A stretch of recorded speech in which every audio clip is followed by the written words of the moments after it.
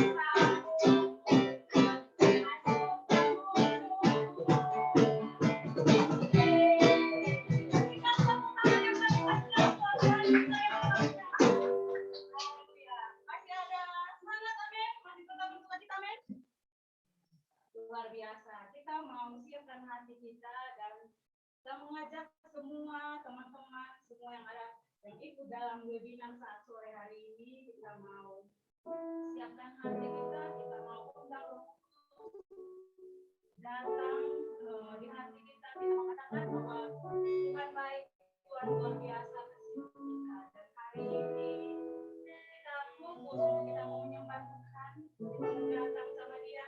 Kita mau katakan sama Tuhan bahwa hari ini, sore hari ini kita mendapatkan sesuatu hal yang luar biasa, sesuatu hal yang baru yang mengubahkan hati kita dan pikiran kita saat sore. Mari kita datang menyembah Dia.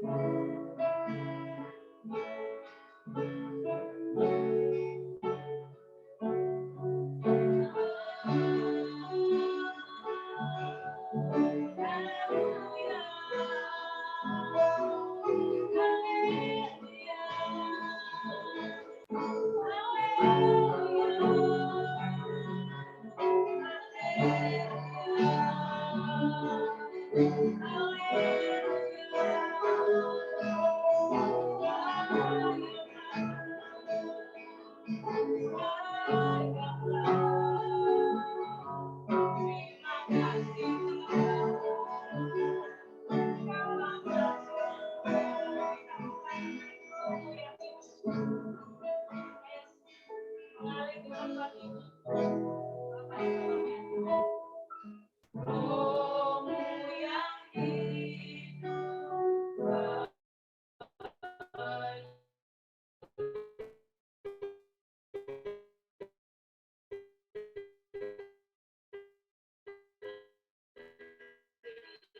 Terima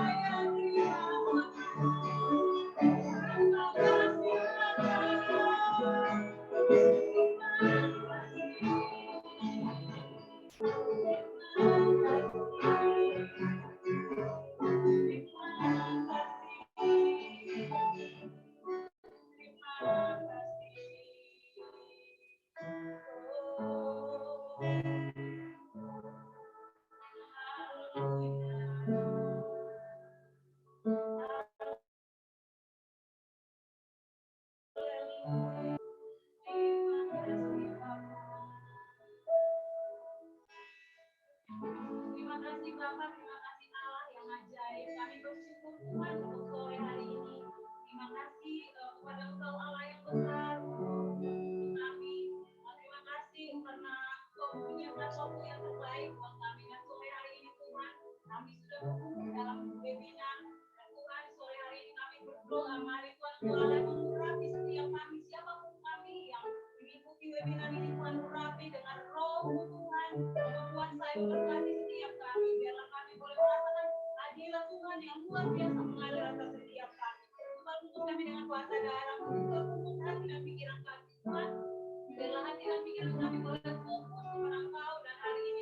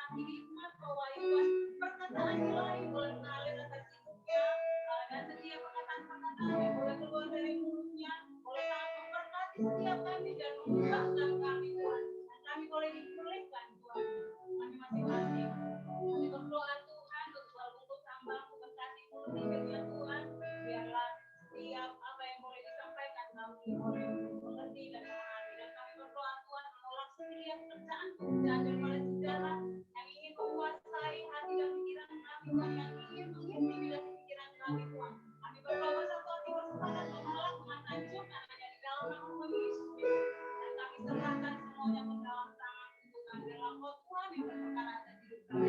Dalam nama Tuhan Yesus kami menyerahkan webinar kami dari awal hingga selesainya. Kami berdoa juga buat jaringan agar jaringannya bagus. Tuhan, kami percaya Tuhan yang berkuasa atas hidup kami. Dalam nama Tuhan Yesus kami menyerahkan hidup kami sepanjang hari ini. Haleluya. Sama-sama kita katakan amin. Oke, terima kasih untuk kita yang sudah bergabung bersama-sama. Waktu selanjutnya saya kembalikan kepada MC. Terima kasih.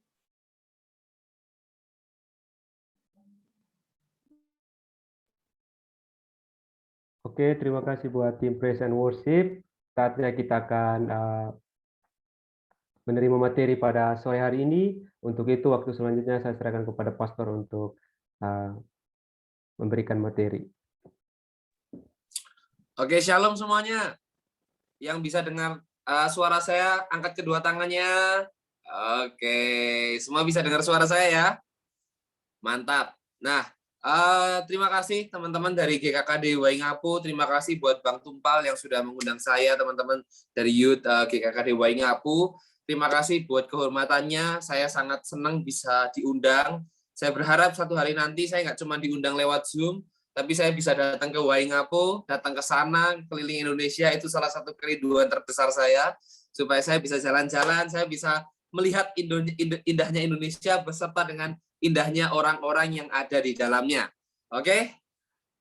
Jadi sore malam hari ini saya ingin menyampaikan firman Tuhan, tapi sebelum itu kita berdoa terlebih dahulu. Yuk, kita berdoa terlebih dahulu.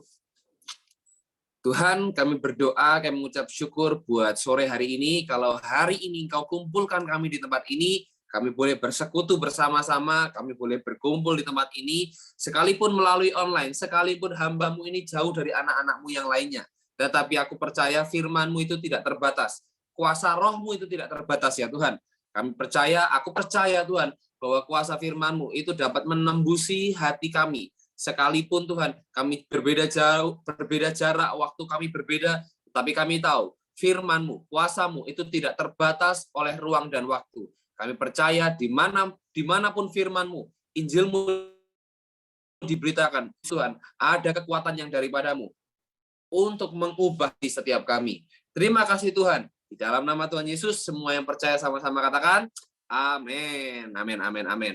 Oke, jadi sore hari ini sebelum saya menyampaikan materi, saya minta tolong beberapa hal, teman-teman. Yang pertama, kalau boleh ini sudah ada beberapa di antara teman-teman yang on kamera, itu bagus. Kalau ada di antara teman-teman yang mau on kamera lagi, dipersilahkan. Dan saya minta tolong, kalau boleh on kamera, supaya apa? Supaya saya sebagai pembicara itu nggak lihat cuman layar kosong tanpa ada orang-orang, gitu kan. Tapi kalau ada orangnya itu lebih enak. Saya lagi ketawa, kalau saya nggak lucu, tolong tetap ketawa ya, supaya saya terhibur. Paling nggak supaya saya ini terhibur gitu, karena saya nggak bisa dengar teman-teman ketawa atau melakukan apapun. Jadi kalau teman-teman mau on kamera itu akan sangat menolong saya. Lalu yang kedua, saya minta tolong HP-nya, layarnya jangan dianeh-aneh kebuka atau share screen sendiri, supaya acara kita ini berlangsung dengan lancar. Oke? Siapa yang siap mendengarkan firman Tuhan, kasih jempolnya gini dong. Yang siap mendengarkan firman Tuhan. Oke, mantap, luar biasa. Saya mau share screen dulu teman-teman, supaya untuk materinya, supaya teman-teman bisa membaca lebih jelas lagi. Oke, bentar ya. Teman-teman. Oke, ini.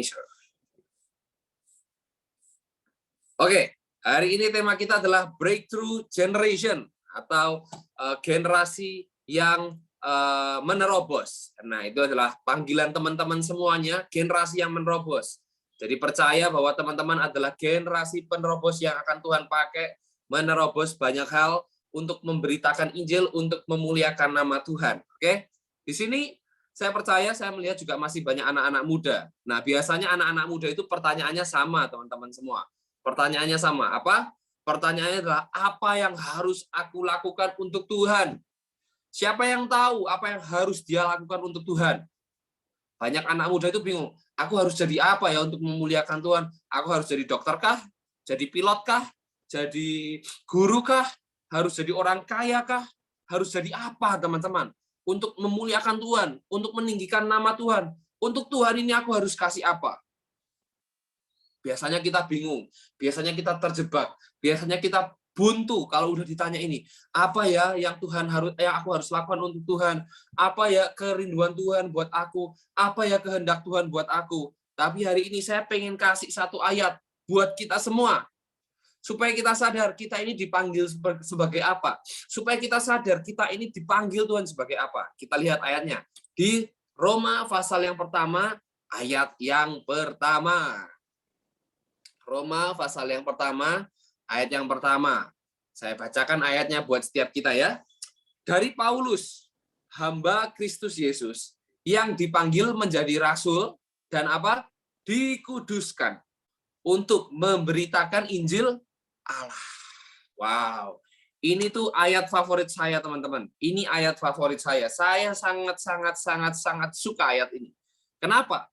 Karena ayat ini tuh luar biasa sekali. Itu menunjukkan sangat banyak hal, teman-teman.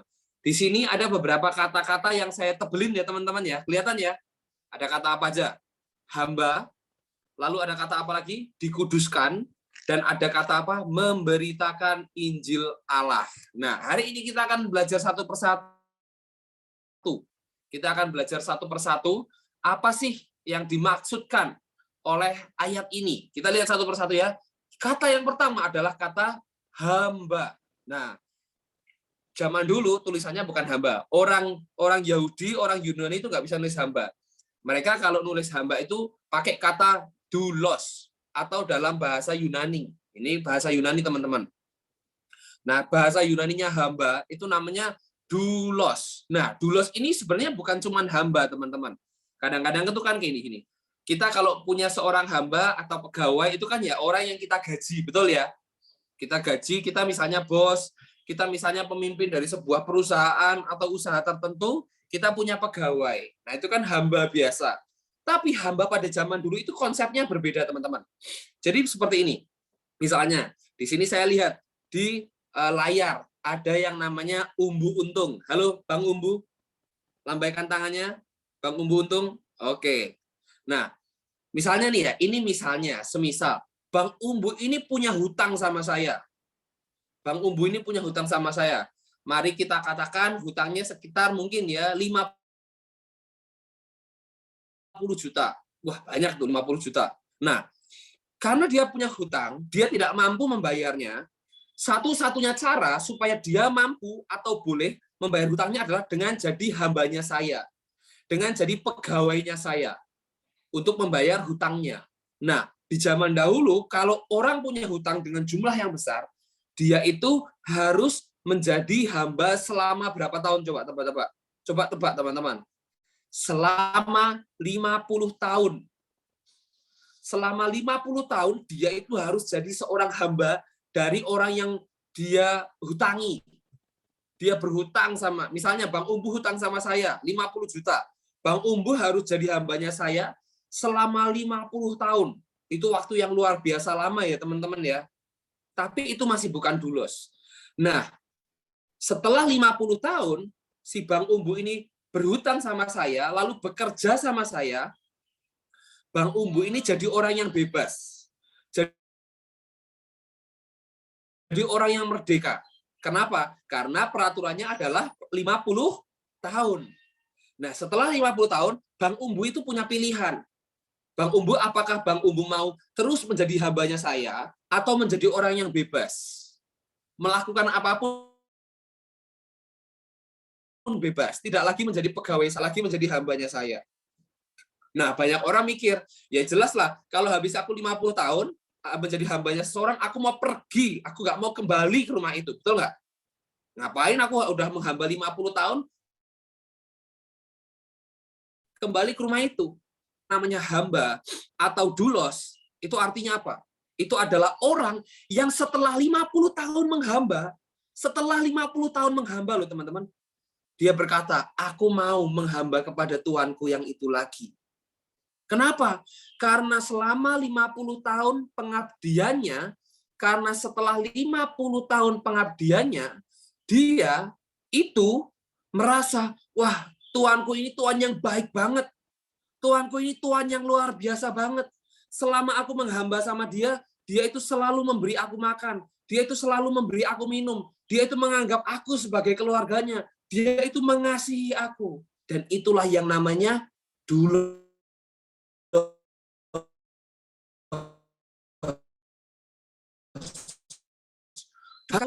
Bukan karena terpaksa, teman-teman. Saya, misalnya nih ya, Bang Tumpal juga ada di sini. Bang Tumpal Situmorang. Bang Tumpal Situmorang ini kan hamba Tuhan. Betul ya, Bang ya? Betul ya? Saya mau tanya, Bang, apakah Bang Tumpal ini Tuhan terpaksa?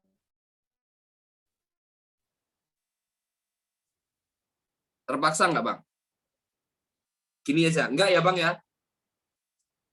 Enggak ya. Bang Tumpal tidak menghamba pada Tuhan karena terpaksa. Bukan, teman-teman. Tapi karena dia mengasihi Tuhan. Itulah kenapa dia mau menggembalakan GKKD Waingapu. Karena dia mengasihi Tuhan. Karena dia menyayangi Tuhan. Karena dia mau menyenangkan tuannya. Itulah kenapa dia mau menjadi hamba Tuhan. Sama, saya juga menjadi hamba Tuhan. Bukan karena saya takut masuk neraka. Saya berkhotbah bukan karena saya takut masuk neraka. Saya berkhotbah bukan karena saya terpaksa melayani, bukan. Tapi kenapa? Karena saya mengasihi Tuhan. Kok saya bisa tahu saya mengasihi Tuhan? Karena Tuhan mengasihi saya terlebih dahulu. Kita itu dipanggil menjadi dulos-dulosnya Tuhan. Menjadi apa? Menjadi orang yang menyadari bahwa Tuhan itu telah mengasihi kita terlebih dahulu. Kita berpikir, aku ini mengasihi Tuhan. Seandainya aku mati, tidak ada orang yang mengasihi Tuhan sama seperti aku mengasihi Tuhan. Mana ada? Banyak orang yang mengasihi Tuhan. Kita nggak bisa sombong di hadapan Tuhan. Kenapa? Karena Tuhan sudah terlebih dahulu mengasihi setiap kita. Tuhan yang kita sembah, Tuhan yang kepadanya kita menghamba, Tuhan kita, Tuhan Yesus Kristus, Dia itu Tuhan yang baik, Tuhan yang mau mati buat kita, Tuhan yang rela mati buat kita, Tuhan yang berkorban bagi kita. Dan ketika kita memandang kematiannya, ketika kita memandang kebaikannya dalam kehidupan kita, di situ kita nggak punya pilihan yang lain. Selain apa? Selain menjadi dulos-dulosnya Tuhan. Selain menjadi hamba-hambanya Tuhan. Kita punya kerinduan yang besar untuk apa? Untuk menyenangkan hati Tuhan di dalam kehidupan setiap kita. Amin. Kita adalah dulos-dulosnya Tuhan. Kita ini hamba yang mengabdi kepada Tuhan. Karena Tuhan begitu sayang sama kita. Karena Tuhan itu begitu cinta sama kita. Dan itulah kenapa kita mencintai Tuhan kembali. Amin. Jadi jangan merasa terpaksa kalau melayani Tuhan. Nggak ada orang Kristen yang melayani Tuhan karena terpaksa, itu harusnya nggak ada. Kenapa? Karena seterpaksa apapun, Tuhan itu memaksa dirinya untuk berkorban buat setiap kita. Amin. Supaya apa? Supaya kita memperoleh hidup yang kekal. Amin. Nah, kita lihat slide berikutnya. Ini siapa lagi yang coret-coret bertobat demi nama Yesus? Nah, nah, ada satu kutipan teman-teman yang berkata seperti ini. Penghambaan pada Kristus adalah satu-satunya penghambaan yang memerdekakan. Yang percaya katakan amin. Penghambaan pada Kristus itu satu-satunya penghambaan yang memerdekakan. Kak, saya nggak mau jadi hamba, saya maunya jadi bos. Kak, saya nggak mau jadi hamba, saya maunya jadi presiden. Kak, saya nggak mau jadi hamba, saya maunya jadi direktur. Saya kasih tahu teman-teman, tidak ada satupun pekerjaan di dunia ini yang tidak menjadi hamba. Mau teman-teman bos, direktur kah, mau jadi presiden kah, mau jadi menteri kah, semuanya itu menghamba, teman-teman. Kalau teman-teman jadi presiden, teman-teman menghamba pada siapa? Teman-teman menghamba pada rakyat, menghamba pada negara. Betul? Kalau teman-teman jadi menteri, teman-teman menghamba pada siapa? Teman-teman menghamba pada Pak Presiden, menghamba pada negara juga. Teman-teman mau jadi bos, mau jadi direktur, mau jadi pebisnis, teman-teman menghamba pada siapa? Maafkan saya, kita semua menghamba pada uang. Betul nggak? Kita hidup untuk mencari uang pada akhirnya. Sadar nggak sih? Kita itu selalu menghamba. Kita itu selalu menghamba pada sesuatu, teman-teman. Apapun pekerjaan kita, kita itu selalu menghamba pada sesuatu. Kita itu selalu menghamba pada sesuatu. Tetapi syukur kepada Tuhan. Tuhan melepaskan kita dari perbudakan dosa, teman-teman. Tuhan melepaskan kita dari penghambaan-penghambaan yang lain. Supaya apa? Supaya kita menjadi hamba Tuhan. Supaya kita menjadi hamba Kristus. Dan penghambaan pada Kristus adalah satu-satunya penghambaan yang memerdekakan. Penghambaan yang lain itu membunuh. Penghambaan yang lain itu membawa kita pada maut. Tetapi penghambaan pada Kristus itu membawa kita pada kemerdekaan. Amin. Firman Tuhan berkata apa? Kebenaran yang kamu terima akan memerdekakan kamu. Firman Tuhan kalau nggak salah di Yohanes pasal 8 ayat yang ke-32. Amin. Dan dikatakan seperti ada seorang teolog namanya Matthew Paul, orang Amerika biasanya.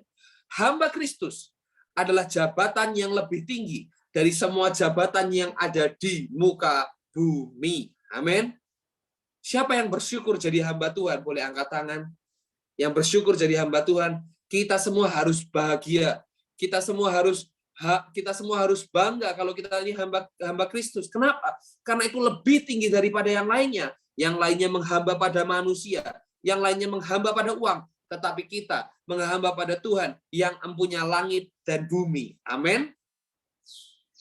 Oh, Gracia Poli, pemain badminton boleh menghamba pada neraka, mereka bangga menang olimpiade. Puji Tuhan. Tetapi jangan lupa, kita menghamba pada Tuhan. Yesus Kristus namanya, yang empunya langit dan bumi.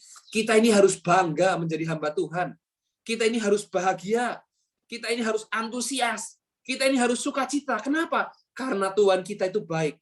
Karena Tuhan kita itu luar biasa. Karena Tuhan kita itu sayang sama setiap kita. Amin. Oke, itu kata yang pertama. Kata yang pertama adalah kata doulos atau hamba. Kita lihat kata yang lainnya. Kata yang kedua apa? Dikuduskan. Nah, biasanya kalau teman-teman dengar kata dikuduskan ini agak ngeri-ngeri ya, ngeri-ngeri sedap. Kalau dengar kata dikuduskan ini jangan-jangan saya mau dilempar ke dalam api supaya saya makin kudus hidupnya. Enggak, teman-teman, saya tidak akan melemparkan api kepada teman-teman. Nah, teman-teman, kata dikuduskan itu dalam bahasa Inggris bahasanya artinya adalah set apart, atau sebenarnya dalam bahasa Indonesia lebih tepatnya kata dipisahkan. Dipisahkan ya, dipisahkan. Nah, kita itu dikuduskan, teman-teman. Kita ini dipisahkan. Artinya dipisahkan itu gimana sih? Nah, ini ada kata-kata yang saya sudah tuliskan di sini. Kita itu dipisahkan dari dunia, tetapi juga dipisahkan untuk Allah. Banyak orang Kristen di zaman dahulu cuma dipisahkan dari dunia. Di zaman dulu, waktu saya masih kecil pun masih ada di zaman-zaman waktu saya kecil seperti ini. Wah, orang Kristen itu nggak boleh berteman dengan orang dunia. Orang Kristen itu tidak boleh dengarkan lagu-lagunya dunia. Orang Kristen itu tidak boleh nonton bioskop. Orang Kristen itu tidak boleh pergi ke tempat biliar. Orang Kristen itu tidak boleh begini, tidak boleh begini, tidak boleh begini. Tetapi tidak diajarkan. Orang Kristen itu harus membangun hubungan dengan Tuhan. Yang pokoknya dipisahkan dari dunia saja. Nah, yang benar adalah kita itu dipisahkan dari dunia untuk Allah. Artinya apa? Kita dipisahkan dari dunia. Benar, kita itu dipisahkan dari dunia. Cara berpikir kita harus baru. Kebiasaan kita harus berbeda.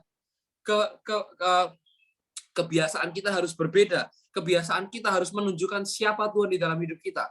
Kita memang harus berbeda. Tapi jangan lupa, kita dipisahkan untuk Allah. Kita dipisahkan buat untuk Tuhan. Kita ini dikhususkan buat Tuhan. Kita ini dikhususkan untuk Tuhan. Nah, untuk contoh yang baik, ini saya kasih tahu teman-teman. Dikuduskan itu seperti pernikahan, teman-teman. Dikuduskan itu seperti pernikahan. Saya mau tanya, siapa yang sudah nikah? Di sini boleh angkat tangan ya, Bang Tumpal pasti sudah menikah. Yang lainnya? Ada beberapa yang sudah menikah ya di sini ya. Nah, saya mau tanya. Orang yang sudah menikah, misalnya saya punya istri. Istri saya itu pertama-tama dia itu dipisahkan, betul ya? Dipisahkan dari dunia untuk saya, betul nggak? Dia itu menjadi saya dan saya menjadi miliknya, betul nggak? Saya mau tanya, istri saya, calon istri saya nanti di masa depan, calon istri saya masih boleh nggak jalan-jalan sama mantannya? Mantan pacarnya? Nggak boleh dong. Nah, seperti itulah dikuduskan. Istri saya ketika menikah dengan saya, calon istri saya ketika menikah dengan saya, dia harus dipisahkan dari mantan-mantannya. Nggak cuma dari mantan-mantannya, tetapi dia dipisahkan untuk saya, untuk tinggal bersama dengan saya. Paham nggak, teman-teman? Paham maksud saya ya? Nah, itulah yang namanya dikuduskan. Kita itu dikuduskan, teman-teman. Kita itu dipisahkan dari dunia. Artinya apa? Kita bukan milik dunia lagi. Kita bukan milik orang berdosa lagi. Kita bukan lagi milik iblis.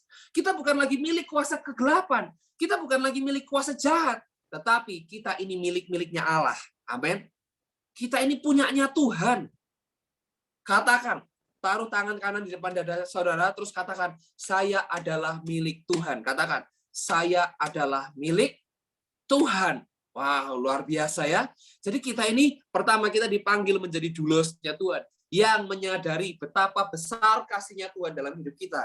Yang kedua, kita dikuduskan, kita dipisahkan dari dunia, kita dipisahkan dari kuasa kegelapan, untuk menjadi miliknya Allah. Amin. Kita lihat bagian yang ketiga, yaitu apa? Memberitakan Injil Allah. Nah, kita semua dipanggil untuk memberitakan Injil, teman-teman. Kita semua dipanggil menjadi hamba-Nya Tuhan, dikuduskan Tuhan. Untuk apa? Untuk memberitakan sebuah berita yang luar biasa. Namanya berita Injil.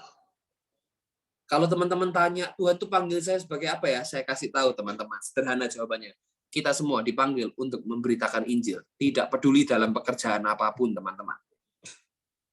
Bukan cuma pendeta yang dipanggil untuk memberitakan Injil. Nggak ada. Nggak ada. Semua orang Kristen itu dipanggil untuk memberitakan Injil. Semua orang Kristen tanpa perkecualian. Tidak ada satu orang pun yang tidak dipanggil menjadi pemberita Injil. Semua kita itu dipanggil untuk memberitakan Injil. Amin. Nah, Injil itu apa, teman-teman? Saya akan kasih satu ayat yang menunjukkan sebenarnya Injil itu apa. Karena kan kadang-kadang kalau saya tanya nih ya, teman-teman Injil itu apa? Biasanya teman-teman cuma kepikiran kabar baik, gitu kan? Ya, saya juga tahu Injil itu kabar baik, tapi kabar baik yang apa, gitu kan? Bagi fans Real Madrid, Messi pindah ke Barcelona itu kabar baik. Ya kan? Tapi bagi fans Barcelona, Messi pindah itu kabar buruk. Betul nggak? Jadi berita Injil itu berita kabar baik yang seperti apa sih? Nah, kita lihat satu ayat ya. Kita lihat satu ayat. Di 1 Korintus pasal yang ke-15, ayat yang ketiga dan ayat yang keempat. Dikatakan seperti ini. Sebab yang apa? Sebab yang apa? Yang sangat, yang apa? Sangat penting. Ini Paulus yang bicara. Ini Paulus yang bicara, bukan saya yang tulis loh. Ini bukan saya yang tulis. Nanti teman-teman bisa cek di Alkitab teman-teman masing-masing. Sebab yang apa? Sangat penting. Dalam bahasa lain dikatakan sebab yang bukan yang sangat penting, sebab yang terpenting. Nah, kalau Alkitab aja tulis ini sangat penting, maka ini harusnya menjadi penekanan di dalam kehidupan kita. Alkitab yang tulis, teman-teman. Di bagian Alkitab yang lainnya sangat jarang dituliskan sangat penting, nggak ada. Tetapi Paulus dengan jelas menuliskan, sebab yang sangat penting. Artinya apa? Ini sangat penting. Sebab yang sangat penting telah kusampaikan kepadamu, yaitu apa yang telah kuterima sendiri, bahwa ialah bahwa Kristus telah mati karena dosa-dosa kita. Sesuai dengan kitab suci, bahwa ia telah dikuburkan dan bahwa ia telah dibangkitkan pada hari yang ketiga sesuai dengan kitab suci. Teman-teman bisa garis bawahi yang saya tebelin di situ, bahwa ini penting, teman-teman. Berita yang terpenting adalah berita bahwa Kristus telah mati, dia dikuburkan, dan dia dibangkitkan, teman-teman. Melalui kematiannya, kita bebas dari yang namanya hukuman dosa. Tetapi melalui kebangkitannya, kita dibebaskan dari yang namanya kuasa dosa. Dosa tidak lagi punya hukuman atas kita. Dosa tidak lagi punya kuasa atas hidup kita. Kita tidak lagi hidup di dalam keberdosaan, tetapi kita adalah orang-orang yang sudah dimerdekakan. Katakan amin. Kita adalah orang-orang yang sudah dimerdekakan, teman-teman. Kita ini bukan orang-orang yang hidup dalam perhambaan lagi, tetapi kita adalah orang-orang yang sudah dimerdekakan melalui pengorbanan Kristus dan melalui kebangkitan Kristus. Nah, kita semua dipanggil untuk memberitakan Injil. Inilah berita Injil itu. Nah, untuk mempermudah teman-teman. Untuk mempermudah memberitakan Injil itu seperti apa sih? Nah, saya akan kasih satu perumpamaan, saya akan kasih satu cerita, teman-teman. Nah, di zaman dulu itu ada sebuah jabatan, teman-teman, yang namanya herald atau pewarta. Herald itu bahasa Inggris. Nah, pewarta itu bahasa Indonesia. Pewarta itu pemberita, menjadi seorang yang membawa pengumuman, teman-teman. Nah, itulah yang namanya herald, teman-teman. Paham ya? Herald itu apa ya? Nah, jadi tuh herald itu seperti ini. Herald itu jabatannya yang adalah orang yang punya jabatan untuk mengumumkan sesuatu ke kota atau ke bangsanya. Nah, di zaman dahulu, raja-raja itu kan sering berperang, teman-teman. Kita kalau baca Alkitab juga kita paham bahwa Alkitab itu mencatat bahwa raja-raja itu sering berperang, betul nggak? Raja-raja itu sering berperang. Raja Daud juga berperang, raja siapa berperang dan sebagainya. Nah, raja-raja itu berperang, dan ketika mereka berperang, mereka itu kan berperang. Wah, mereka berperang bisa sangat lama, bisa 1 hari, bisa 2 hari, bisa 3 hari, bisa 1 minggu mereka berperang. Nah, ketika sang raja sudah menang, sang raja itu nggak langsung pulang, teman-teman. Sang raja itu nggak langsung pulang. Kenapa? Ya karena mereka harus ngambilin senjata, mereka harus menjarah, mereka harus menawan orang-orang. Mereka nggak bisa langsung balik, betul nggak? Mereka nggak bisa langsung balik. Tapi ada satu kelompok orang yang namanya herald, ini bukan nama orang, nama jabatan ya, atau si pewarta ini, namanya bisa siapa saja, namanya bisa Eliada kah, bisa Bambang kah, bisa Thomas kah, ya di zaman dahulu nggak ada nama itu sih, tapi ya nggak apa-apa. Nah, ada orang-orang yang pewarta ini, dia disuruh pulang ke kotanya, ke bangsanya, ke negaranya, untuk apa? Untuk memberitahu orang-orang yang di kotanya bahwa apa? Bahwa sang raja sudah menang. Bahwa pasukannya sudah menang.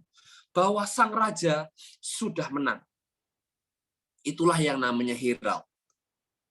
Nah, sadar nggak sih? Kita itu dipanggil untuk menjadi pewarta-pewarta kabar baik. Kita itu dipanggil untuk memberitakan kepada dunia bahwa apa? Bahwa Yesus Kristus sudah menang. Bahwa Yesus Kristus udah menang. Yesus Kristus itu bukan akan menang, bukan. Yesus Kristus itu sudah menang. Itulah kenapa di atas kayu salib ada satu perkataan yang sangat terkenal, namanya apa? Telestelai, atau apa? Sudah selesai. It is finished. Sudah selesai. Anak-anakku di GKKD Waingapu, kalian adalah pemenang-pemenang. Aku sudah mati buat kalian. Aku sudah mengalahkan maut buat kalian. Aku sudah mengalahkan kuasa kegelapan. Dan kalian adalah pemenang-pemenang. Kalian tidak perlu bertarung lagi. Sekarang pekerjaan kalian adalah pergi kembali ke kota kalian masing-masing. Beritakan Injil di sana. Beritakan kabar kemenangan. Beritakan kabar baik itu bagi orang-orang di sekitar kalian. Kita adalah orang-orang yang dipanggil untuk menjadi pembawa kabar baik ke seluruh dunia. Amin. Teman-teman bisa bekerja jadi apapun. Teman-teman mau sekarang mau jadi dokter kah, mau jadi bisnismen kah, mau jadi guru kah, mau jadi jaga warung kah, mau jadi pendeta, mau pekerjaan apapun itu. Mau jadi YouTuber kah, mau jadi artis Korea kah, semua kita dipanggil pada akhirnya, ujungnya apa? Untuk membawa berita Injil. Amin. Jadi teman-teman jangan bingung, Tuhan suruh saya jadi apa ya? Tuhan suruh saya jadi apa? Teman-teman mau jadi apapun itu terserah teman-teman. Teman-teman tahulah pekerjaan yang baik dan pekerjaan yang tidak baik. Tentu kita menghindari pekerjaan yang buruk ya teman-teman ya. Bukan, wah saya mau jadi pemberita Injil dengan cara kepada orang-orang yang pakai narkoba dengan cara apa? Jual narkoba. Jangan teman-teman. Tetap kita kan paham ya pekerjaan yang baik dan pekerjaan yang tidak baik itu seperti apa. Teman-teman boleh pilih pekerjaan-pekerjaan yang baik. Tetapi intinya adalah kita membawa berita Injil di sana, teman-teman. Teman-teman mau jadi jaga warung kah? Teman-teman mau mungkin punya toko kelontong kah? Mungkin di Waingapu. Toko-toko teman-teman mungkin punya toko buah, nggak masalah. Di situ teman-teman bisa memberitakan Injil. Ada orang yang datang, disapa, "Hei, kamu apa kabar? Kamu ada masalah nggak? Aku bisa doakan nggak buat kamu? Aku boleh tumpang tangan nggak ke kamu? Kalau dia sakit, aku boleh nggak doain kamu sekarang? Aku boleh nggak kasih sesuatu buat kamu? Kabar baik nih buat kamu. Bahwa Tuhan itu sayang sama kamu loh. Tuhan itu mau cari kamu loh. Tuhan itu sayang sama kamu." Kita itu dipanggil untuk menjadi pemberita Injil, teman-teman. Nggak usah bingung-bingung pekerjaan apa. Pekerjaan apapun yang teman-teman suka. Apapun yang teman-teman geluti, teman-teman pahami. Teman-teman suka, Kak, saya suka jadi pebisnis. Jadilah pebisnis, tetapi di situ beritakan Injil di situ. Amin. Setiap kita itu dipanggil untuk menjadi pemberita Injil, teman-teman. Jadi jangan pusing sama pekerjaannya, jangan, percuma. Percuma teman-teman mau pusing jadi pekerjaannya apa ya, ini atau itu ya. Bukan masalah itu. Yang penting adalah kamu bawa berita Injil atau enggak. Teman-teman mau jadi dokter, ayo jadi dokterlah yang luar biasa, yang peduli sama sekitarnya, peduli sama orang-orang yang ada di dalamnya. Bawa berita Injil di situ. Supaya apa? Supaya orang-orang nggak cuma sembuh fisiknya, tetapi sembuh jiwanya, menerima keselamatan. Itu pemulihan yang sejati. Amin. Itu yang harus kita bawa, teman-teman. Kita ini adalah pewarta-pewarta. Kita ini adalah herald-herald yang dipanggil untuk apa? Yang dipanggil untuk memberitakan Injil dimanapun kita berada. Amin. Slide berikutnya. Injil itu apa sih, teman-teman? Injil itu kabar baik. Bukan cuma nasihat baik. Bukan cuma, wah kamu harus begini, begini, begini, begini, begini, begini, begini, begini. Yesus nggak berkata seperti itu tuh. Tetapi Yesus berkata, aku datang untuk menyelamatkan orang-orang berdosa. Mari datang kepadaku, kamu akan selamat. Amin. Injil itu adalah apa yang Tuhan sudah kerjakan buat kita, bukan apa yang kita kerjakan untuk Tuhan. Amin. Injil itu kabar baik, kabar bahwa Tuhan itu sudah menang. Kamu nggak perlu takut lagi, kamu nggak perlu gelisah lagi, kamu nggak perlu khawatir lagi sama masa depanmu. Kenapa? Karena Tuhan pelihara hidup kita. Karena Tuhan sayang sama hidup kita. Kabar itulah yang harus kita bawa kemanapun kita berada. Amin. Nah, kenapa berita Injil? Kenapa berita Injil itu penting? Nah, saya ingin bagikan satu ayat lagi nih buat teman-teman semuanya.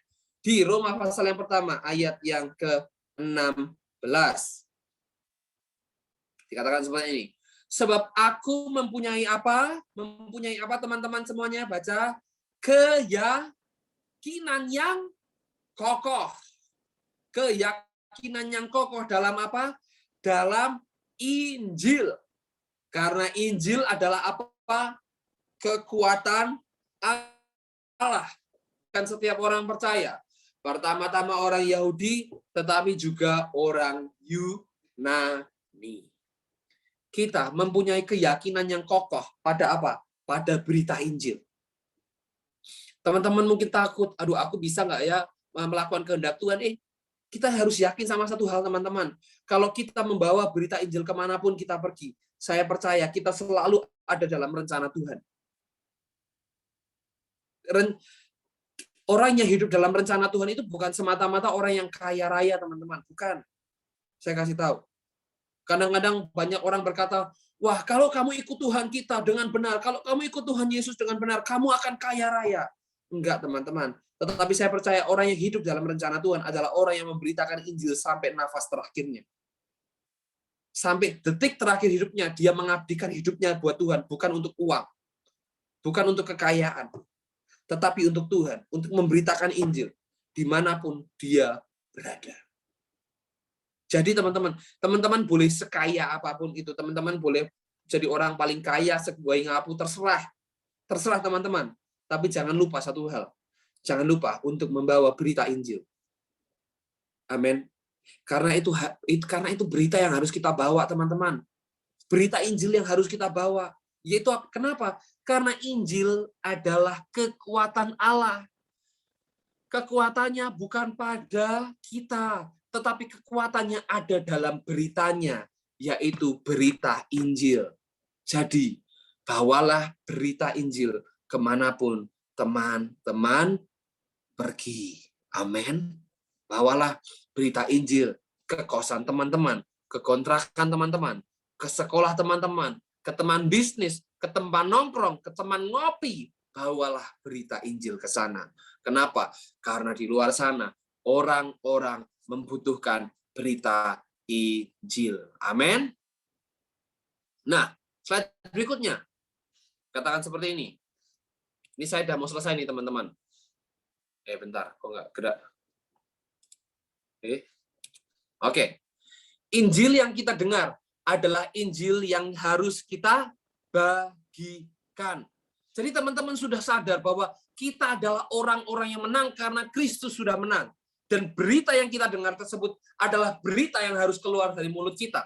Kita nggak bisa berhenti memberitakan Injil. Kenapa? Karena berita itu sudah memerdekakan hidup kita. Saya mau tanya, siapa yang hidupnya sudah merdeka karena berita Injil boleh angkat tangan? Yang hidupnya sudah dimerdekakan oleh Kristus boleh angkat tangan? Haleluya. Hidup kita itu sudah dimerdekakan oleh Tuhan. Dan kalau kita sadar kita sudah dimerdekakan oleh Tuhan, kita harusnya pengen melihat orang-orang lain hidupnya juga dimerdekakan oleh Tuhan.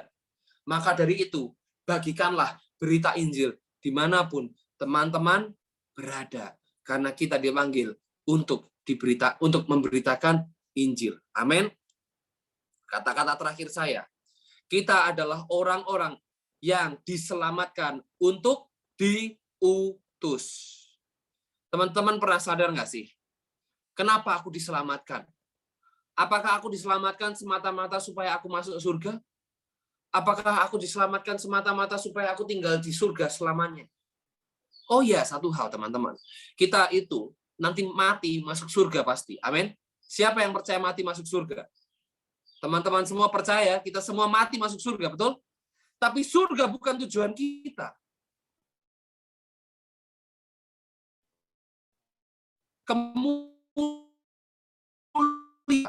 Kenapa? Karena banyak orang-orang Kristen berpikir seperti ini. Aduh, udahlah aku nggak usah melakukan kehendak Tuhan. Ngapain melakukan kehendak Tuhan capek-capek? Toh nanti mati masuk surga juga. Teman-teman tahu nggak? Kenapa setelah teman-teman diselamatkan, teman-teman nggak langsung mati? Ya. Teman-teman sadar nggak? Kenapa? Setelah teman-teman diselamatkan, setelah teman-teman percaya, setelah teman-teman bertobat, teman-teman nggak langsung mati. Karena memang bukan surga tujuan kita. Tujuan kita adalah membawa berita yang berasal dari surga ke muka bumi. Itu tujuan hidup kita, teman-teman. Itulah kenapa kita terima Yesus nggak langsung mati. Kalau tujuan akhir kita surga, tujuan akhir kita surga, kita mending habiskan. Tujuan akhir kita adalah membawa berita yang berasal dari surga tersebut turun ke muka bumi. Kita punya misi di muka bumi. Kita diselamatkan untuk diutus. We are saved to be sent. Kita diselamatkan untuk diutus. Jadi orang-orang Kristen, saya berdoa, tidak ada orang-orang Kristen yang nganggur di tempat ini. Orang-orang Kristen yang nganggur di Zoom meeting ini. Kita semua adalah orang-orang yang dipanggil, yang diselamatkan untuk diutus. Jadi jangan mau jadi orang Kristen pengangguran. Amin. Jangan mau jadi orang Kristen yang diam-diam saja di rumah. Ya udahlah, yang penting masuk surga. Seminggu sekali datang ke gereja, seminggu sekali komsel, bertobat demi nama Yesus. Kita semua dipanggil memberitakan Injil Yesus Kristus. Panggil untuk memberitakan Injil Allah. Tidak peduli teman-teman bekerja sebagai apa, tidak peduli teman-teman bekerja di mana, usia berapa, kita semua dipanggil untuk menjadi pembawa pemberita Injil. Amin. Mari kita datang kepada Tuhan. Tuhan, terima kasih buat hari ini. Aku berdoa Tuhan, aku berdoa dengan kuat. Kiranya anak-anak-Mu Tuhan, ini menyadari berita Injil yang begitu indah. Berita Injil yang menyelamatkan hidup mereka adalah berita Injil yang akan mereka bawa kemanapun mereka pergi. Aku berdoa buat anak-anak muda yang ada di tempat ini. Tuhan, aku berdoa, kiranya Engkau memotivasi hati mereka. Engkau membakar hati mereka dengan berita Injil Tuhan. Mereka kemanapun mereka pergi, dimanapun mereka bersekolah, di dalam bidang apapun mereka bekerja, kiranya pemberitaan Injil itu menjadi prioritas hidup mereka Tuhan. Mereka pengen membawa berita Injil kemanapun mereka pergi Tuhan. Aku berdoa, tidak ada di antara mereka yang menjadi orang Kristen yang nganggur, yang diam-diam saja. Tetapi mereka membawa berita Injil kemanapun berapi-api. Mereka menyala-nyala di dalam Engkau untuk memberitakan Injil ya Tuhan. Terima kasih Tuhan.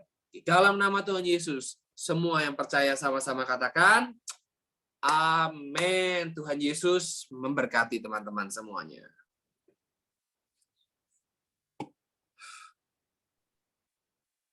Oke, makasih Pastor sudah berbagi, luar biasa. Sangat memberkati kita semua, amin. Oke, jadi dalam webinar ini teman-teman ada ruang diskusi. Jadi kita akan sharing dengan Pastor bersama-sama. Jadi nanti buat teman-teman yang mau bertanya dan mau sharing dengan Pastor, silakan di bawah itu ada reaction, bisa raise hand, bisa angkat tangan. Jadi kita sampaikan ke Pastor dan kami persilakan Pastor untuk menjawabnya atau menyampaikan seperti itu. Pada bertanya atau sharing, saya silakan.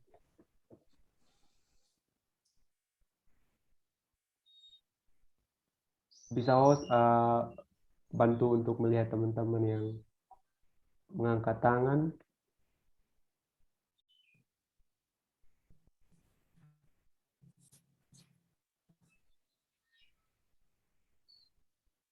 Ada ya.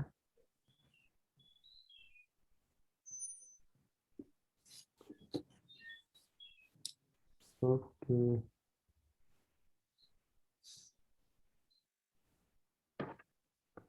Oke, ada Kasius. Ya, silakan host untuk mengaktifkan mikrofon Kasius. Salam, selamat sore semua. Saya Enos, asal dari Sumba Timur, tapi sekarang berdomisili di Bali. Pertama-tama saya berterima kasih kepada Kak Eliada Adi yang sudah sharingkan kebenaran firman Tuhan yang luar biasa. Saya pengen tahu aja sih nanti bagaimana kegerakan ini ke depannya begitu. Visi misi kita apa, lalu apa yang bisa kita lakukan ke depan setelah materi malam hari ini. Apakah ada kegiatan-kegiatan lain? Sudah ada grup WhatsApp juga. Lalu yang kedua, apakah materi-materi yang diseberangkan apa bisa share ke kita lewat WhatsApp? Terima kasih, host. Terima kasih, saya kembalikan. Oke, terima kasih buat Kak Enos ya. Kita rangkum dulu ya Pastor ya. Sebentar sekalian dijawab oleh Pastor. Kemudian tadi ada Kasius. Saya persilakan Kasius. Bisa host untuk mengaktifkan mikrofon. Mikrofon. Shalom semuanya. Ya, saya Sius dari Sumba. Puji Tuhan untuk pemberitaan Injil hari ini begitu luar biasa dan sangat memberkati. Terima kasih buat Pak Pendeta yang sudah memberkati kami, buat anak-anak muda yang ada di seluruh Sumba bahkan seluruh Indonesia. Pertama yang saya tanya, bagaimana anak muda yang belum mengerti tentang materi penginjilan untuk mereka bisa keluar untuk memberitakan Injil. Nah, memang kita sebagai anak Tuhan yang sudah diperlengkapi dengan materi penginjilan memang bisa, tapi bagaimana cara yang mudah untuk anak muda ini yang belum mengerti tentang PI, cara praktis untuk kita ajar mereka itu seperti apa? Begitu. Mungkin satu itu saja pertanyaan dari saya buat Adi Hans.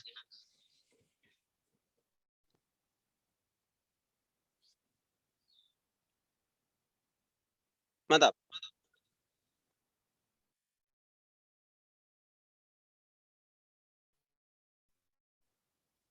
Oke, makasih buat Cassius.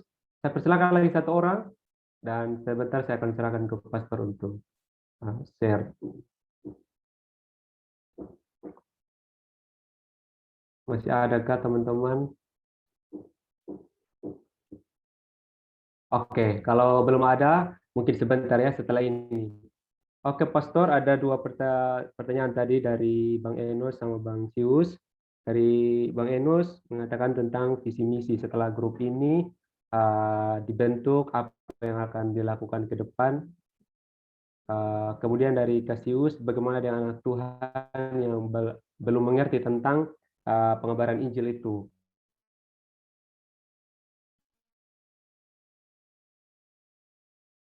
Oke, kalau buat pertanyaan pertama tadi kan sebenarnya pertanyaannya bukan buat saya, Kak Enos ya. Pertanyaannya buat GKK di Waingapu bukan?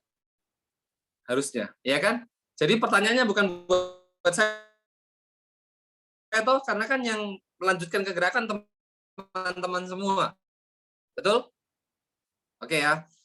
Kak Enos juga kayaknya minta materi pada sore hari ini, betul ya? Materinya barusan, jadi nanti Hans bisa kirimkan ke teman-teman. Saya sudah kirimkan materinya ke Hans, jadi nanti itu bisa dipakai untuk misalnya itu bisa teman-teman pakai buat apapun yang teman-teman mau, oke? Lalu berikutnya Kak Sius, betul ya? Gimana sih caranya memberitakan Injil dengan sederhana anak-anak setiap hari? Nah, ini teman-teman. Kalau saya bicara mengenai penginjilan, teman-teman, yang teman-teman pikirkan pertama apa? Waduh, takut penginjilan lagi. Nanti kalau aku ditolak bagaimana? Kalau aku dipukulin orang gimana? Ya kan? Kalau aku dimusuhin orang bagaimana? Ya kan? Wah, apalagi di zaman dulu teman-teman, yang namanya penginjilan tuh susah banget. Bener nggak? Yang namanya penginjilan tuh susah banget, mengerikan teman-teman. Wah, kalau aku penginjilan nanti bisa dimusuhin sama teman-temanku. Teman-temanku bisa nggak suka lagi sama aku.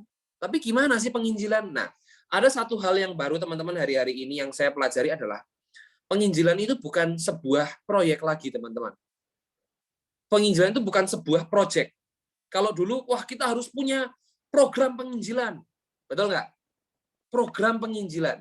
Nah, sekarang yang saya lihat di Jawa, yang sekarang saya lihat dari Barat yang sekarang mulai datang ke Indonesia, penginjilan itu bukan sekedar proyek lagi, tapi penginjilan itu menjadi sebuah gaya, teman-teman. Jadi sekarang kalau kita lihat nih ya, kita lihat di TikTok, kita lihat di Instagram, kita lihat di YouTube, sekarang pembicaraan spiritual itu pembicaraan yang wajar loh, teman-teman.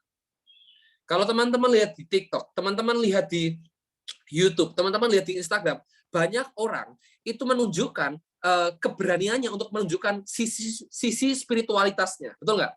Dia bilang, aku ini orang agnostik, aku ini orang ateis, aku ini orang agama tertentu, aku percaya ini. Nah, di zaman sekarang kita ini bersyukur, kita punya sebuah generasi yang pola pikirnya itu terbuka, teman-teman.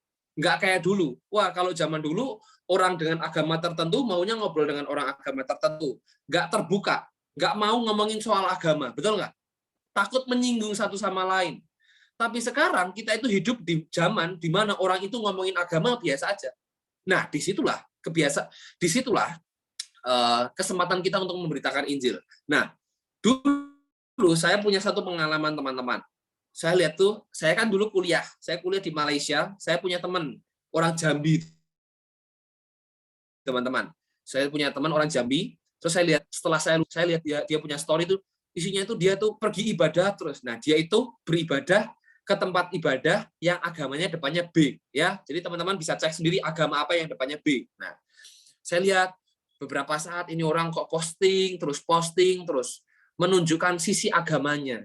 Lalu saya iseng-iseng, saya tanya sama dia, kok sekarang kamu religius sekali sih? Dulu kayaknya kamu waktu kuliah nakal, kenapa sekarang kamu hobinya beribadah? Gitu kan. Saya tanya sama dia, wah, lalu dia cerita pengalaman spiritualnya. Wah, dia cerita begini, cerita begitu, cerita begini, cerita begitu. Wah, dia kan senang cerita ya. Lalu setelah dia cerita, saya tanya, oke, karena kamu udah cerita, sekarang boleh nggak gantian aku yang cerita? Nah, di situ saya memberitakan Injil. Nah, gitu loh teman-teman. Jadi tuh, kita sekarang memberitakan Injil tuh bukan masalah, bukan project. Bukan masalah, wah, kita harus bikin program penginjilan. Sekarang penginjilan itu gaya hidup, teman-teman. Saya punya seorang teman, dia itu memang seorang penginjil, teman-teman. Dia kalau ketemu orang dari agama M, nah teman-teman cek sendiri M itu apa. Nah, teman-teman boleh pikirkan sendiri M itu apa. Dia itu seringkali datang ke satu tempat, ini orang juga nggak jelas, dia nggak kenal. Dia seringkali kayak gini. Dia datang ke satu tempat, lihat orang wanita menggunakan kain di atas kepalanya. Nah, agamanya M pakai kain di atas kepalanya. Teman-teman tahulah ya, agama apa, ya kan? Lalu dia berkata seperti ini, dia tanya seperti ini, Mbak, saya boleh tanya nggak sih, Mbak, kenapa sih di agamanya Mbak itu, kenapa ada wanita yang menggunakan kain dan ada yang tidak menggunakan kain? Ada yang menggunakan kainnya sampai tertutup mulutnya. Bedanya apa sih? Nah, kalau orang ditanya itu seperti itu gimana? Semangat dong, benar nggak? Dia akan cerita. Wah, iya, kalau di agama saya itu, kalau pakai kain itu begini, begini, begini. Kalau tidak pakai kain itu begini, begini, begini. Kalau kainnya yang menutupi seluruh badan itu pahalanya lebih besar. Kalau yang nggak pakai kain sama sekali di atas kepalanya itu pahalanya kecil. Apalagi kalau bajunya terbuka, seksi-seksi. Wah, itu dosanya besar. Itu kemungkinan diampuninya lebih susah, gitu kan? Ya kan cerita seperti itu. Lalu teman saya dengan santai, oh gitu ya Mbak ya. Kenapa Mbak? Ya soalnya kalau di agama saya, pahala kita itu tidak bisa dibayar oleh manusia.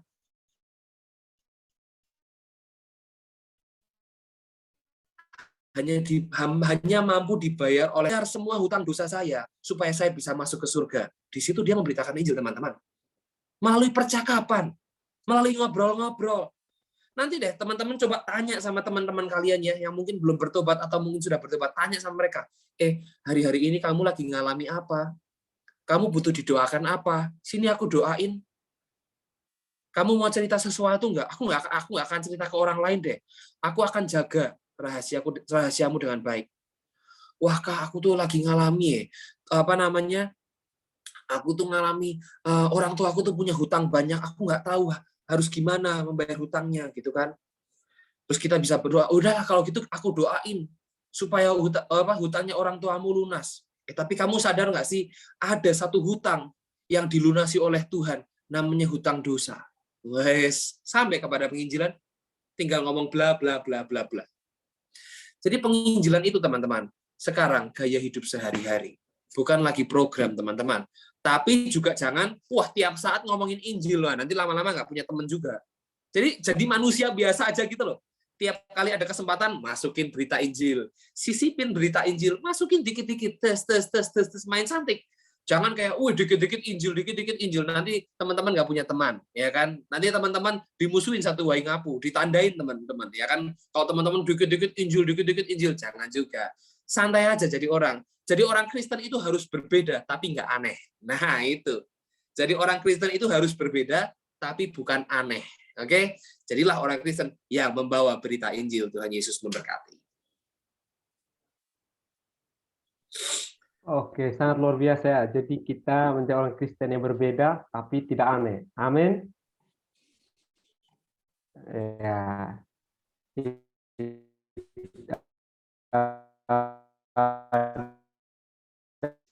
Dan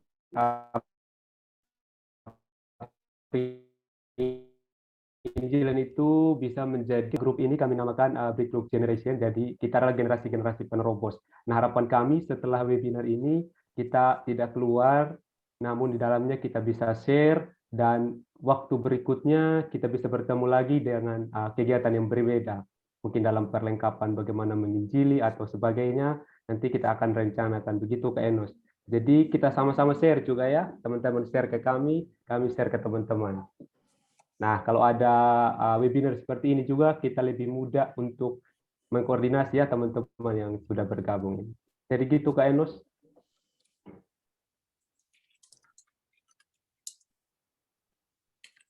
Oke, baik teman-teman. Mungkin masih ada teman-teman yang masih mau bertanya atau share, saya persilakan.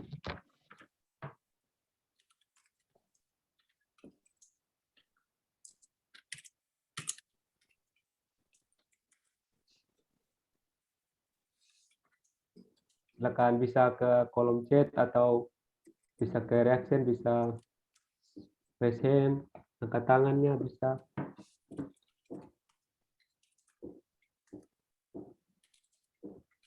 Ada ya?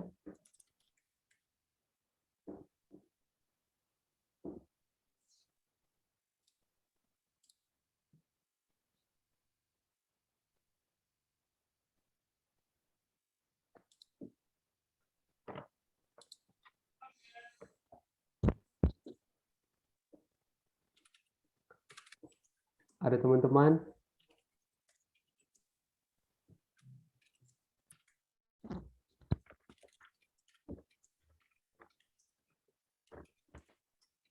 Oke, ada dari Bapak Gembala ya. Jadi Bapak Gembala kita hadir bersama-sama. Wah, kalau Bapak Gembala yang tanya, Bapak Gembala yang jawab saya. Ya, salam semuanya. Salam anak-anak muda. Shalom Bang. Apakah teman-teman semua bisa mendengar suara saya? Ini bukan bertanya, karena kita sama-sama hamba Tuhan dilarang saling bertanya. Ya. Tapi serius, apa yang dikatakan Pastor Eli tadi itu, bahwa penginjilan itu bukan sebuah program. Penginjilan adalah lifestyle, gaya hidup. Nah, pertanyaan kadang-kadang apa yang kita beritakan, bagaimana kita beritakan. Kalau sudah sampai di titik itu, ada baiknya kita melihat dari kitab Markus 5 ayat ke-19, Markus 5 ayat 19. Sangat simpel memberitakan Injil itu. Tadi Pastor Eli bilang bahwa sebagai orang-orang tebusan kita adalah doulos. Kita adalah orang yang dikuduskan, dipisahkan. Dan terakhir kita adalah orang yang menjadi pemberita Injil. Nah, bagaimana memberitakan Injil? Sederhana yang dikatakan kitab Markus 5 ayat 19. Yesus tidak memperkenankan, tetapi ia berkata kepada orang itu, pulanglah ke rumahmu, kepada orang-orang sekampungmu, dan beritahukanlah kepada mereka segala sesuatu yang telah diperbuat oleh Tuhan atasmu, dan bagaimana ia telah mengasihi engkau. Kalau orang gila dari gaya rasa yang ditebus oleh diselamatkan dan diusir roh jahat ke babi, ya itu kan dia dilepaskan dan korbannya adalah babi. Kita bukan dikorbankan oleh darah babi, kita dikorbankan oleh darah Yesus. Sederhananya adalah ceritakan saja apa yang ada, yang kau nikmati, supaya orang lain bisa melihat apa yang Tuhan kerjakan atas engkau.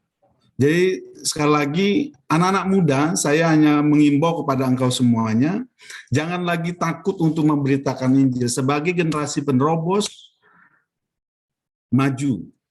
Dengan kehidupan anak mudamu, gaya anak mudamu, Injil harus tersampaikan dengan baik. Dengan cara apa? Beritakan apa yang kau alami. Kau tidak akan bisa memberitakan Yesus baik sebelum kau mengalami Yesus baik. Sederhana itu. Jadi terima kasih Pastor, saya hanya menambahkan, tidak bertanya. Nah, kalau tadi Enos bertanya banyak hal, bagaimana program ke depan ini sederhana. Hans tadi katakan jangan keluar dari grup. Kita akan terus memfollow up semua kegiatan ini, dan nanti kita akan mencoba membuat satu kegiatan berikutnya lagi supaya kawan-kawan boleh menikmati kegerakan. Kita judul kegiatannya generasi penerobos, generasi yang menerobos.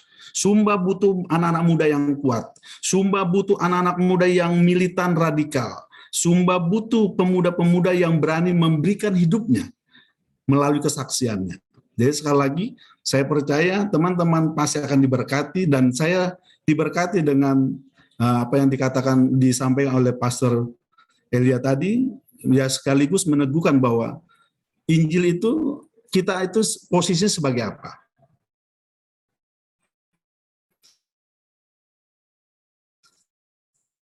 Sekali lagi, melengkapi apa yang disebut generasi penerobos. Salam untuk kita semua, semangat, tetap semangat. Oke, makasih buat Bapak Gembala yang sudah menambahkan. Tuhan Yesus memberkati. Nah, tadi ada yang terlewatkan, ya, ada Kak Untung yang mau bertanya atau share. Untuk itu saya silakan Kak Untung.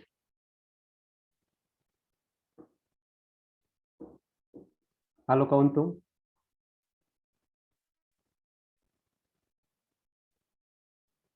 Oke, sepertinya. Oh, Halo. Ya, shalom Kak, silakan Kak. Maaf tadi, kalau dari saya tidak ada. Sudah jelas kok.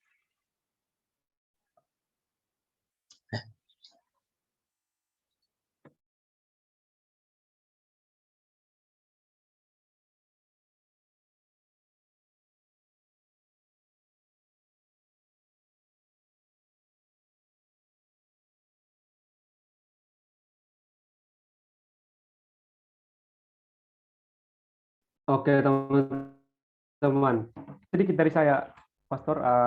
Saya dulu sempat berpikir begini. Kita kan kuliah yang tidak jurusan teologi begitu, dan yang tidak penginjilan seperti itu. Jadi saya pernah berpikir begini. Saya kan nanti contohnya saya jadi guru atau apa. Bagaimana ya saya? Padahal saya sudah menerima keselamatan itu. Kadang-kadang iblis mengintimidasi saya. Kamu harus jadi pengajar, dan bagaimana dengan penginjilan itu, seperti itu. Saya sempat dilema seperti itu, dan pada akhirnya saya berpikir bahwa apa yang kita kerjakan, kita tetap memberitakan Injil, dan itu sangat dikuatkan dengan apa yang Pastor sampaikan.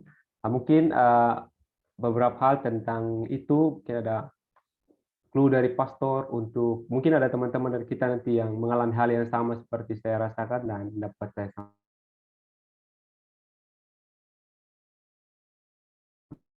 Saya belum sekolah teologi. Pertanyaan saya, emangnya Paulus sekolah teologi di mana? Di Amerika kah? Di mana? Jemaat mula-mula emangnya sekolah teologi?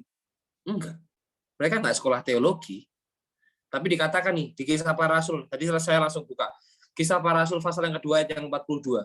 Mereka bertekun dalam pengajaran rasul-rasul. Mereka bertekun dalam pengajaran rasul-rasul. Orang-orang Kristen itu adalah orang-orang yang suka diajar, harusnya. Harusnya orang-orang Kristen itu orang-orang yang suka diajar. Suka mendengarkan firman Tuhan, suka menyelidiki firman Tuhan. Tadi saya buat video, teman-teman. Kristen zaman dahulu, itu nggak punya Alkitab utuh kayak kita. Benar nggak? Kita itu sekarang punya Alkitab yang tebal-tebal. Alkitab saya setebal ini, teman-teman. Nih, nah, kelihatan ya, tebal ya. Ini kelihatan nggak sih? Hari ketebel ya. Alkitab saya. Zaman dahulu orang Kristen itu nggak punya Alkitab setebal ini, teman-teman. Alkitabnya itu seperti apa? Alkitabnya itu cuma satu lembar, gulungan-gulungan. Kenapa? Karena belum lengkap, teman-teman. Tapi karena mereka itu punya Alkitab yang sangat sedikit, kerinduan mereka itu besar untuk apa? Untuk menyelidiki firman Tuhan. Nah, sekarang kita udah punya Alkitab yang lengkap. Pertanyaannya, kita itu punya kerinduan nggak sih untuk menyelidiki firman Tuhan? Kita nggak harus sekolah teologi, teman-teman. Tapi kita harus menyelidiki firman Tuhan. Kita harus lihat Alkitab, kita harus baca Alkitab. Kita membagikan Injil itu apa? Kita nggak mungkin membagikan pengalaman dengan Tuhan kalau kita sendiri nggak punya pengalaman dengan Tuhan. Amin. Jadi, firman Tuhan nggak ada penginjil rasul-rasul zaman dulu juga nggak sekolah teologi, teman-teman. Alkitabnya aja belum selengkap kita. Harusnya kita yang Alkitabnya sudah lengkap sekarang, itu harus punya kekuatan untuk memberitakan Injil lebih dan lebih lagi. Amin. Itu bukan, jadi kita nggak punya alasan untuk, waduh aku belum sekolah teologi nih, nanti kalau udah sekolah teologi, waduh sekolah teologiku nggak terkenal lah, gitu aja terus. Waduh saya udah lulus di sekolah teologi yang terkenal, waduh tapi saya belum S2, habis S2 tapi saya belum S3, habis S3, waduh tapi saya belum gelarnya pendeta. Nah, kita selalu cari alasan terus. Nggak ada teman-teman. Kita semua dipanggil untuk memberitakan Injil. Sekalipun kita nggak sekolah teologi. Amin. Tetapi pemberitaan Injil itu lahir dari pengenalan akan Tuhan. Amin. Tuhan Yesus memberkati. Oke, siap Pastor. Makasih buat penguatannya. Ya mungkin masih ada teman-teman yang lain yang mau share, silakan.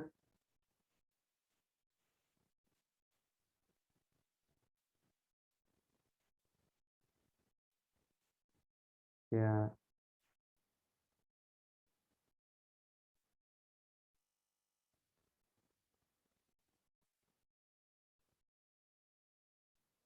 Oke.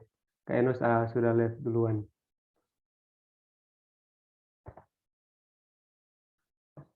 Oke, baik. Sepertinya tidak ada lagi. Saya mengucapkan terima kasih banyak buat Pastor yang sudah menguatkan kita hari ini tentang generasi penerobos, khususnya kita orang-orang Sumba, kita harus berani menjadi generasi penerobos itu. Jadi ada 3 hal yang kita belajar dari teman-teman. Yang pertama itu adalah hamba. Jadi perhambaan yang Kristus adalah kita menjadi orang-orang menjadi hamba Tuhan karena kita mengasihi Tuhan. Kemudian kita dikuduskan, artinya kita dipisahkan dari dunia untuk Allah. Kemudian kita menjadi pemberita Injil. Kita memberitakan Injil. Dan itu menjadi gaya hidup kita. Amin. Kiranya memberkati kita semua. Terima kasih buat teman-teman dari Malang, teman-teman dari Kebubak yang sudah bergabung, teman-teman dari Wengapu. Terima kasih banyak. Waktu selanjutnya saya serahkan kepada Pastor untuk menutup kita dalam doa berkat dan doa penutup. Saya betul? Ya. Oke, yuk kita datang kepada Tuhan, kita tutup ibadah pada sore hari ini. Tuhan, aku mengucap syukur buat anak-anak-Mu yang ada di GKKD Waingapu ini ya Tuhan. Kiranya firman-Nya yang kami dengar ini adalah firman yang tertanam dan firman yang berbuah kami. Injil yang kami dengar adalah Injil yang kami beritakan. Buat kami sadar bahwa kami diselamatkan untuk sehingga pergi kami membawa berita Injil kemanapun kami pergi. Kami membawa kabar baik, kami membawa kabar keselamatan supaya orang-orang hidupnya diubahkan melalui berita Injil Tuhan yang sudah Engkau berikan terlebih dahulu buat kami. Terima kasih Tuhan, berkati anak-anak-Mu, jaga, lindungi anak-anak-Mu, perkenanan-Mu itu turun ke dalam kehidupan mereka. Dalam nama Tuhan Yesus, semua yang percaya sama-sama katakan, amin. Tuhan Yesus memberkati.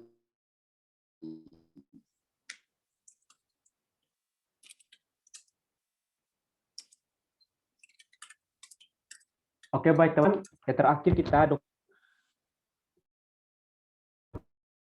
dokumentasi teman-teman. Komando oleh host untuk pengambilan gambarnya. Saya serahkan kepada hostnya. Kita bisa melihat teman-teman dan berikan senyum yang terbaik ya. Ya, jadi baik teman-teman, kita akan foto bersama. Saya berharap buat teman-teman semua yang belum aktifkan kamera untuk diaktifkan. Ini tolong diaktifkan kameranya. Ya, senyum. Ya, kita akan foto pada slide pertama. Tahan. Dan untuk slide kedua, kita akan foto bersama. 1, 2, 3. Oke, makasih.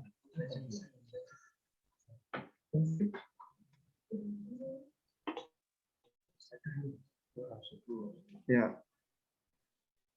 Oke. Terima kasih semuanya.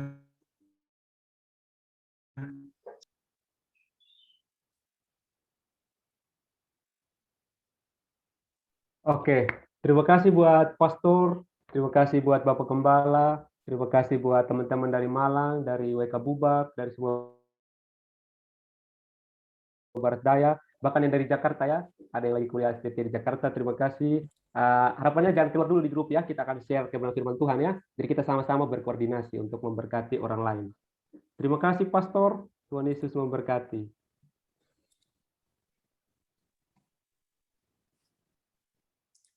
Oke, terima kasih semuanya. Saya live dulu ya. Tuhan Iya. Yesus berkati. God bless. Iya. Dadah. Sampai ketemu lagi semuanya. Ya, oke. Videonya nanti kita buat di YouTube ya teman-teman. Nanti kita share link YouTube-nya buat teman-teman untuk bisa dilihat kembali lagi jika ada yang mau belajar lagi. Kami share. Kemudian kita ada namanya grup Breakthrough Generation. Nanti di grup itu kami akan share-share firman Tuhan dan masukan dari teman-teman juga kami bisa share nanti. Oke, itu saja kami dari tim Youth GKKD mengucapkan terima kasih banyak. Shalom, Tuhan Yesus memberkati.